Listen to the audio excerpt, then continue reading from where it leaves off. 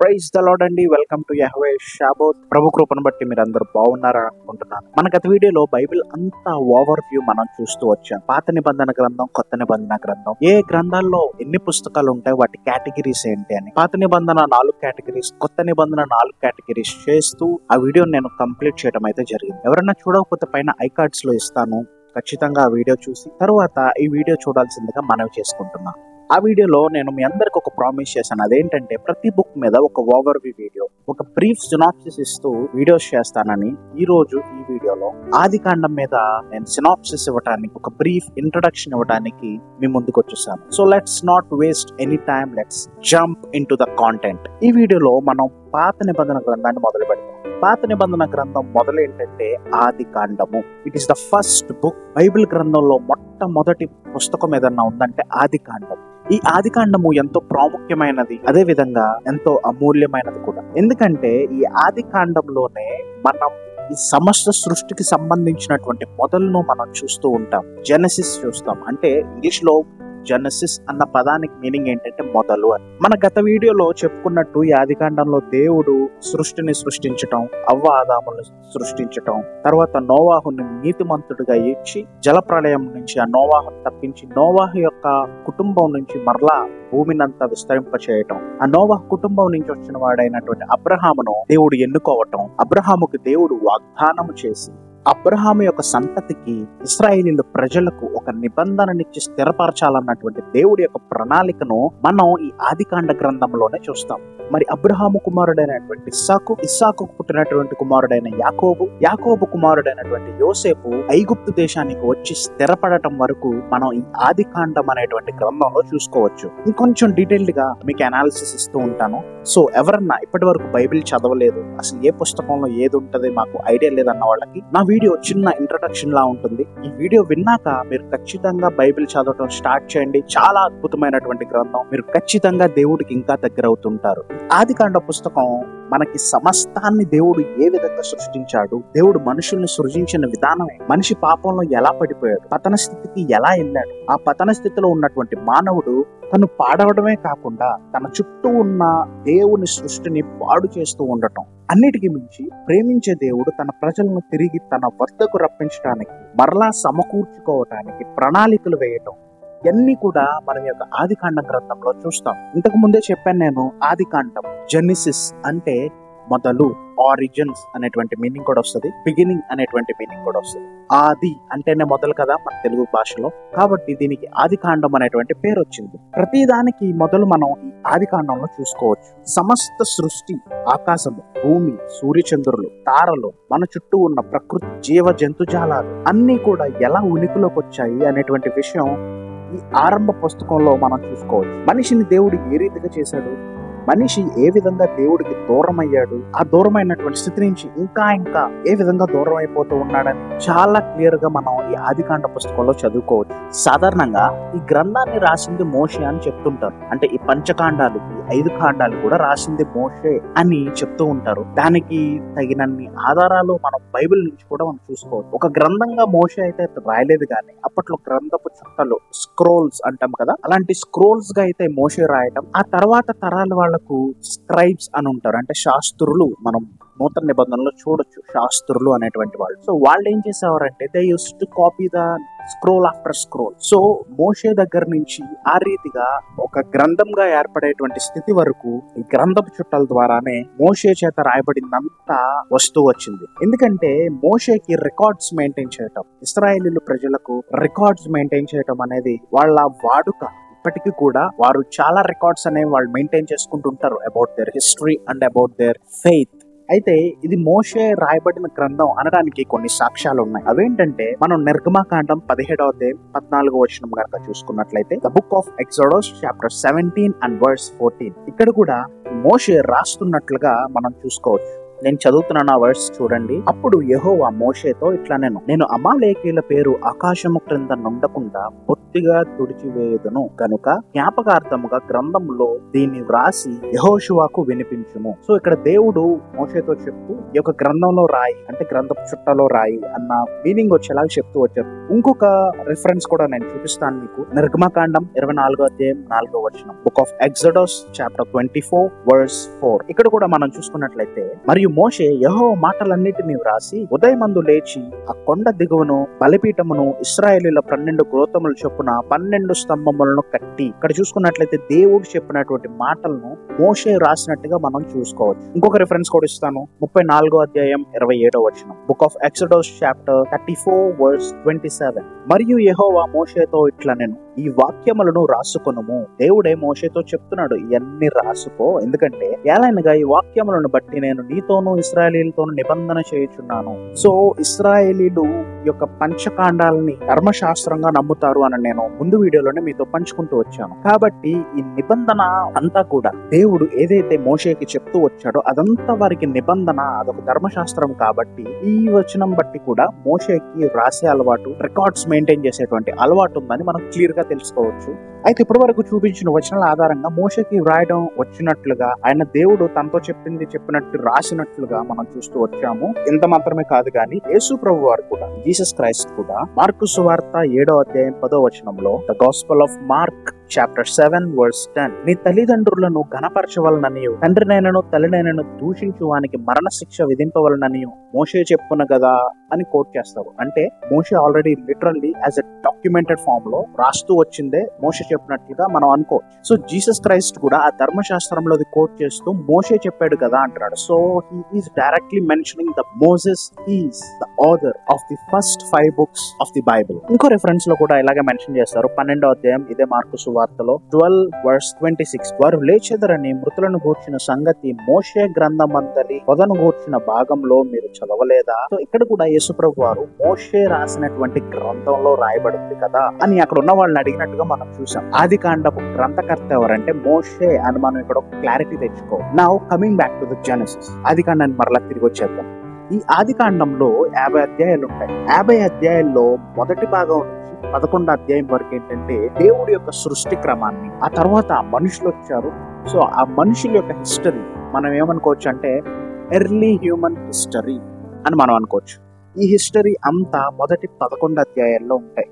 అంటే ప్రారంభ మనుషుల చరిత్ర అంతా మొదటి అధ్యాయం నుంచి 11వ అధ్యాయం వరకు ఉంటాయి. అన్నిటికంటే ముఖ్యమైనది ఏంటంటే క్రియేషన్, సృష్టి. ఈ సృష్టి చేయటం అనేది మొదటి అధ్యాయం 1వ వచనం నుంచి 2వ అధ్యాయం 3వ వచనం వరకు మనుషుల్ని లేదా అవ్వ ఆదాములను చేయటం వరకు ఉంటుంది. బైబిల్లో అన్నిటికంటే ముఖ్యమైన, అసలు బైబిల్ మొదలయ్యేటువంటి మొట్టమొదటి వచనం ఇంగ్లీష్ లో అయితే in the beginning God created the heavens and the earth అని ఉంటది. తెలుగులో అయితే ఆది యందు దేవుడు భూమి ఆకాశములను సృజించాను. అక్కడ మొదలైనటువంటి సృష్టి క్రమం 2వ అధ్యాయం 3వ వచనంలో అవ్వ ఆదాము గారిని సృష్టించటంతో ముగుస్తుంది. ఆ తర్వాత వచ్చేవన్నీ దేవుడిని తెలుసుకోవటం కోసం, దేవుడు చేసినటువంటి సృష్టిని ఏలటానికి, పరిపాలించడానికి దేవుడు నరుడిని ఏ రీతిగా చేస్తూ వచ్చాడన్నది కూడా మనం చూసుకోవచ్చు. ఆది కాండం మొదటి అధ్యాయం 26వ వచనం నుంచి 30వ వచనం కనుక మనం చూసుకున్నట్లయితే, దేవుడు మన స్వరూపమందు మన పోలిక చొప్పున నరులను చేయదము, వారు సముద్రపు చేపలను, ఆకాశ పక్షులను, పశువులను, సమస్త భూమి మీద ప్రాకు ప్రతి జంతువును ఏలుదురు గాక అని పలికెను. అంటే దేవుడు మనిషిని సృష్టించుకున్నటువంటి పర్పస్, ఆ యొక్క కారణం ఏంటంటే దేవుడు అందంగా సృష్టించిన ఈ సృష్టిని ఏలటానికి. సో అందుకే దేవుడు మనిషిని చేసుకున్నట్లుగా మనం ఈ ఆదికాండ గ్రంథంలో చూసుకోవచ్చు. అయితే దేవుడు వారికి ఎనలేని స్వేచ్ఛనిచ్చాడు. అవ్వ ఆదాము గారు ఆ యొక్క ఏదైనా తోటలో ఎక్కడికన్నా వెళ్ళొచ్చు, ఏదన్నా తినొచ్చు, కష్టపడి పనిచేసి సంపాదించుకునేది ఏం లేదు. దేవుడు అంతా సమకూర్చి వారి కోసం ఆ తోటలో పెడుతూ వచ్చాడు. కానీ దేవుడు ఒకే ఒక నియమం, ఓన్లీ 1 కండిషన్ వారికి ఇచ్చారు. అదేంటంటే కేవలం ఒక్క చెట్టు ఫలం తప్ప మిగిలినవన్నీ తినొచ్చు అని చెప్పారు. కానీ మనుషులు ఏదైతే చేయొద్దంటారో అదే చేస్తారని మనం చెప్పుకుంటున్నట్లుగా అవ్వ ఆదాము గారు మరి అపవాది చేత మోసగింపబడి వారు ఆ ఫలాన్ని తినటం కూడా మనం ఈ ఆదికాండ గ్రంథంలో చూసుకోవచ్చు. కానీ వారు ఆ ఒక్క పని చేయటం ద్వారా వారు సిగ్గు తెచ్చుకున్నారు, భయం తెచ్చుకున్నారు, దేవుడి వద్ద నిలబడలేనటువంటి స్థితికి పడిపోయారు. దేవుడు వారు చేసిన పనికి వారిని ఏదైనా తోట నుంచి బయటకు పంపేశారు. అప్పటి నుండి మనిషి తన చెమట చిందించి సేద్యం చేసి వచ్చిన పంటను తినడం ప్రారంభించాడు. భూమి మనిషికి అప్పటి వరకు ఫలాలు ఇచ్చేటువంటి చెట్లను ఇచ్చింది, కానీ వారు ఎప్పుడైతే ఏదైనా తోట నుంచి బయటకు వచ్చేసారో వారికి గచ్చ పొదలను ఇవ్వటం మొదలుపెట్టింది. అప్పటి వరకు తమ ఆధీనంలో ఉన్న ప్రతి జంతువు కూడా మనిషికి ఎదురు తిరగటం మొదలైంది. అవ్వ ఆదాములు ఫలించి అభివృద్ధి చెందినప్పటికీ వారైతే దేవుడిని ముఖాముఖిగా చూసి మాట్లాడేటువంటి స్థితి నుంచి పతన స్థితికి పడిపోవడం జరిగింది. సో ఇంత ఇంపార్టెంట్ స్టఫ్ అంతా కూడా మనకి ఈ ఆదికాండ గ్రంథంలోనే ఉంటుంది. తర్వాత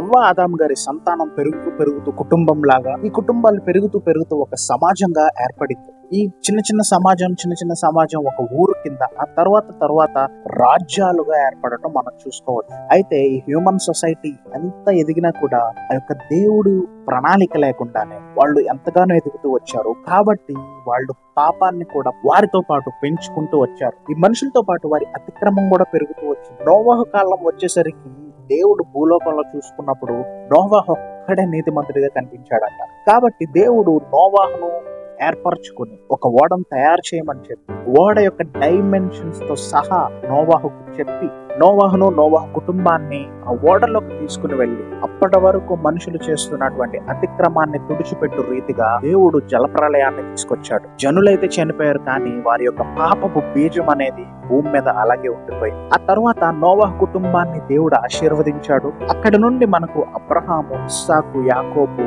యోసేపు జీవిత చరిత్రలో మనం తర్వాత వచ్చేటువంటి భాగాల్లో మనం చూసుకోవచ్చు. అయితే ఇందాకే చెప్పినట్లుగా మొదటి అధ్యాయం నుంచి 11వ అధ్యాయం వరకు it is called as early human history, ప్రారంభ కాలపు మనుషుల చరిత్ర కింద మనం చూసుకున్నాం.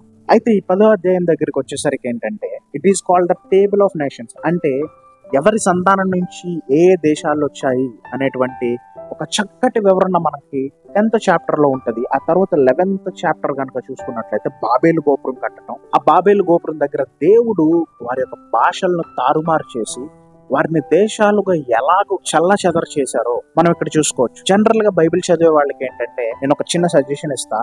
మీరు ఫస్ట్ టైం రీడర్ అయితే 10th చాప్టర్ కన్నా ముందే 11th చాప్టర్ కొంచెం చదివి 11th చాప్టర్ లోనే అబ్రహాం యొక్క ఎంట్రన్స్ ఉంటుంది, తెరాహు కుటుంబం అబ్రహాం వరకు, ఆ ముందు వచనాల వరకు చదివి ఆ తరువాత మీరు 10th చాప్టర్ కనుక చదివితే మీకు ఫ్లో చాలా బాగుంటుంది, ఇంకా అర్థమవుతుంది కూడా. ఈ ఆదికాండం 10వ అధ్యాయం 25వ వచనంలోనే మనం చూసుకోవచ్చు. జెనసిస్ చాప్టర్ 10 వర్స్ 25 భూమి దేశాలుగా విభాగించబడటం. అంటే చాలా మంది అనుకునే మిస్కన్సెప్షన్ ఏంటంటే దేశంగా విభాగించబడటం అంటే ఇప్పుడు ఉన్నటువంటి ఖండాలు మధ్యలో సముద్రం మనకు ఇప్పుడు కనిపిస్తున్నటువంటి మ్యాప్ ఏదైతే ఉందో అదనుకుంటారు. దేశాలుగా ఏర్పడటం అంటే జనాలు ఈ యొక్క సొసైటీస్ అన్ని విడిపోయి ఒక్కొక్కళ్ళు ఒక్కొక్క ఏరియాలో సెటిల్ అవటం, ఆ ఏరియాకి వారు ఒక పేరు పెట్టుకోవడం. ఫర్ ఎగ్జాంపుల్ షేము సంతానం నుంచి ఎలామీలు వచ్చారు. వారు ఎలామీలు వాళ్ళు ఉన్న ప్రదేశానికి ఎలాం అని ఒక పేరు పెట్టుకున్నారు. అలాగే డిఫరెంట్ రీజన్స్ లో డిఫరెంట్ ట్రైబ్స్ కింద different societies different families settle అవడంతో వారికి ఉన్న ప్రాంతానికి వారికి సంబంధించినటువంటి కొన్ని పేర్లు పెట్టుకుంటం ద్వారా దేశాలుగా ఏర్పడినట్లు మనం గమనించుకోవచ్చు. కాబట్టి ఈ ఆదికాండం అనేది మనకి చరిత్ర పరంగా ఏది ఎలా మొదలైంది అనేది చాలా క్లియర్ గా మనకి చెప్తూ వస్తుంది. మనం చరిత్ర పరంగా చూసుకున్నా కూడా ఈ అబ్రహాము, యాకోబు, బాబెల్ టవర్ ఇవన్నీ కూడా మనకి మెసొపొటేమియా సివిలైజేషన్ కి సంబంధించినగా మనం చూసుకోవచ్చు. ఎందుకంటే అబ్రహాం గారిని పిలిచినటువంటి ఊరు మెసొపొటేమియాలో ఒక ప్రధానమైనటువంటి ఊరు. ప్రపంచ చరిత్రలో మనం తరచి చూసినా కూడా మెసొపొటేమియా సివిలైజేషన్, మెసొపొటేమియా నాగరికత మొట్టమొదటి మానవ నాగరికతగా ప్రపంచం అంతా ఒప్పుకుంటుంది. So Bible never fails. Whatever the Bible says it is truth. అందుకే బైబిల్లోని చాలా ఈవెంట్స్ మన వరకు, మన పరిస్థితులకు, వాస్తవాలకు చాలా దగ్గరగా ఉంటాయి. సో అబ్రహాం గారి దగ్గర నుంచి అబ్రహాం గారిని మరి దేవుడు కానాను తీసుకుని వెళ్ళటం, అక్కడ ఇస్సాకు గారు పుట్టడం, ఇస్సాకు గారు పుట్టిన తర్వాత దేవుడు మరలా ఇస్సాకుని బలి ఇవ్వమని అడగగా అబ్రహాము వెనుకంజ వేయకుండా దేవుడి కోసం ఆయన్ని బలిగా అర్పించడానికి సిద్ధపడటం. ఆ తర్వాత ఇస్సాకు పెద్ద అవటం, ఇస్సాకుకి 2 కుమారులు పుట్టడం, ఏశావు, యాకోబు అని. మరి ఏశావు తన జ్యేష్ఠత్వాన్ని అమ్ముకోవటం, యాకోబు తండ్రిని మోసం చేసి ఏశావులాగా నటించి ఆ యొక్క ఆశీర్వాదాలను తీసుకుని తన మామ ఇంటికి వెళ్ళిపోవటం, అక్కడ తన మామ 2 కూతుర్ని పెళ్లి చేసుకోవటం, మరలా తిరిగి రావటం, 12 మంది కుమారులను కనటం, వారిలో ఒకటైనటువంటి యోసేపుని అన్నలు ద్వేషించి వర్తకులకు అమ్మేస్తే, ఆ వర్తకులు ఐగుప్తీలకు అమ్మేస్తే, ఈజిప్ట్ పర్సన్స్ కి అమ్మేస్తే యోసేపు ఈజిప్ట్ కు వెళ్లి అక్కడ స్థిరపడటం. సో ఈ యొక్క స్టోరీ అంతా కూడా మనకి 11వ అధ్యాయం నుంచి 50వ అధ్యాయం వరకు చాలా డీటెయిల్డ్ గా ఉంటుంది. చదివితే చాలా బాగుంటుంది. So if you are the first time reader of a Bible, start with Genesis. ఎందుకంటే ఏది ఎలా మొదలైంది అనేది అక్కడే చాలా క్లియర్ గా ఉంటుంది. అలాగే చర్చికి వెళ్తే జనరల్ గా వింటూ ఉన్నా కూడా మీ అందరికి బాగా అర్థమైపోయేది ఏంటంటే అబ్రహాము కథ, యోసేపు కథ, ఇవన్నీ కూడా ఈ యొక్క ఆది కాండంలోనే ఉంటాయి. కాబట్టి మీరు చదువుతున్నంతసేపు it will be a joyful ride for you. So final గా ఒక చిన్న ఓవర్ వ్యూ, అంటే ఏ చాప్టర్స్ లో ఏమేమి ఉంటాయి అని మీరు తెలుసుకోవాలనుకుంటే చాప్టర్ 1 to 5, మొదటి అధ్యాయం నుంచి 5వ అధ్యాయం వరకు ఏంటంటే సృష్టి, పాపం, ఆ పాపం వల్ల వచ్చినటువంటి పర్యవసానాలు ఏంటి, అవ్వ ఆదాము యొక్క ఫ్యామిలీ ట్రీ, కుటుంబం గురించి అంతా కూడా మనం ఆ పుస్తకంలో చూసుకోవచ్చు. ఈ యొక్క మొదటి అధ్యాయం నుంచి 5వ అధ్యాయం వరకు. 6 నుంచి 11వ అధ్యాయం 9వ వచనం వరకు, అంటే 6వ అధ్యాయం నుంచి 11వ అధ్యాయం 9వ వచనం వరకు మరలా దేవుడు నోవాహును తన కుటుంబాన్ని ఏర్పరచుకుని జలప్రలయంతో మొత్తం క్లీన్ స్వీప్ చేయటం, తర్వాత నోవాహు కుటుంబాన్ని ఆశీర్వదించటం, తర్వాత నోవాహు కుటుంబం దగ్గర నుంచి వివిధ దేశాలు వారి యొక్క సంతానాల ద్వారా వివిధ ప్రాంతాలు ఎలా పుడుతూ వచ్చాయనేది మనం చూసుకోవచ్చు. 11వ అధ్యాయం 10వ వచనం దగ్గర నుంచి we can say it is, దీన్ని మనం ఎలాగైతే గుర్తుంచుకోవచ్చు అంటే బిగినింగ్ ఆఫ్ గాడ్స్ ఫ్యామిలీ, దేవుడి యొక్క కుటుంబాన్ని, అంటే దేవుడు ఏర్పరచుకున్నటువంటి కుటుంబాన్ని, ఒక జనాంగాన్ని ఇక్కడి నుంచి మనం చూసుకుంటూ ఉండొచ్చు. అదేంటంటే అబ్రహాముని పిలుచుకోవటం. సో అబ్రహాము కథ, దేవుడు అబ్రహాముకు చేసినటువంటి వాగ్దానం, దేవుడు అబ్రహాము యొక్క సంతానాల కోసం చేసినటువంటి వాగ్దానాలు, ఆ తర్వాత ఇస్సాకు కథ, ఇష్మాయేలు కథ, ఇస్సాకు యొక్క వంశావళి, యాకోబు యొక్క జీవిత కథ, యాకోబు యొక్క వంశావళి, 11వ అధ్యాయం 10వ వచనం నుంచి ఈ యొక్క 50వ అధ్యాయం వరకు మొత్తం ఇదే కథ ఉంటుంది. సో మై డియర్ ఫ్రెండ్స్, ఇది నేను ఆదికాండం మీద మీ ముందు ఉంచుతున్నటువంటి ఒక ఓవర్ వ్యూ, ఆదికాండం యొక్క సినాప్సిస్.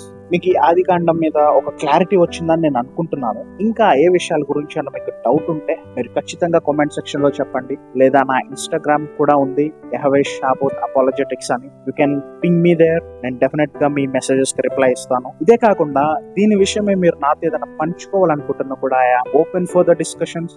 రండి, చక్కగా మాట్లాడుకుందాం, దేవుడి యొక్క వాక్యాన్ని ఇంకా అర్థం చేసుకుందాం. I hope this video will definitely help you. ఇది ఎవరన్నా మీ ఫ్రెండ్స్ లో ఎవరన్నా బైబిల్ చదవడం కష్టంగా ఉంది, అర్థం కావట్లేదన్న వాళ్ళకి ఈ సిరీస్ ఏమన్నా హెల్ప్ అవుతుందేమో. సో తప్పకుండా మీ ఫ్రెండ్ సర్కిల్ లో షేర్ చేయండి, నచ్చితే లైక్ చేయండి. మీ యొక్క ఉద్దేశాలు, మీ యొక్క ఆలోచనలు, మీ యొక్క తలంపులు కూడా కామెంట్ సెక్షన్ లో కామెంట్ చేయండి. అండ్ ఫర్దర్ మోర్ ఫ్యూచర్ లో ఎలాంటి వీడియోస్ కావాలనేది కూడా మీరు కామెంట్ సెక్షన్ లో కానీ నాకు మెసేజ్ కానీ చెప్తూ ఉంటే ఖచ్చితంగా ఆ వీడియోస్ నేను చేయడానికి సిద్ధంగా ఉన్నాను. So please remind me in your prayers, and I'll come back to you very soon with another exciting video. Whole glory to the Jesus alone. Thank you for your watch time. Definitely I'll remind you all in my prayers. Praise the Lord. Signing off, Yahweh Shabbat.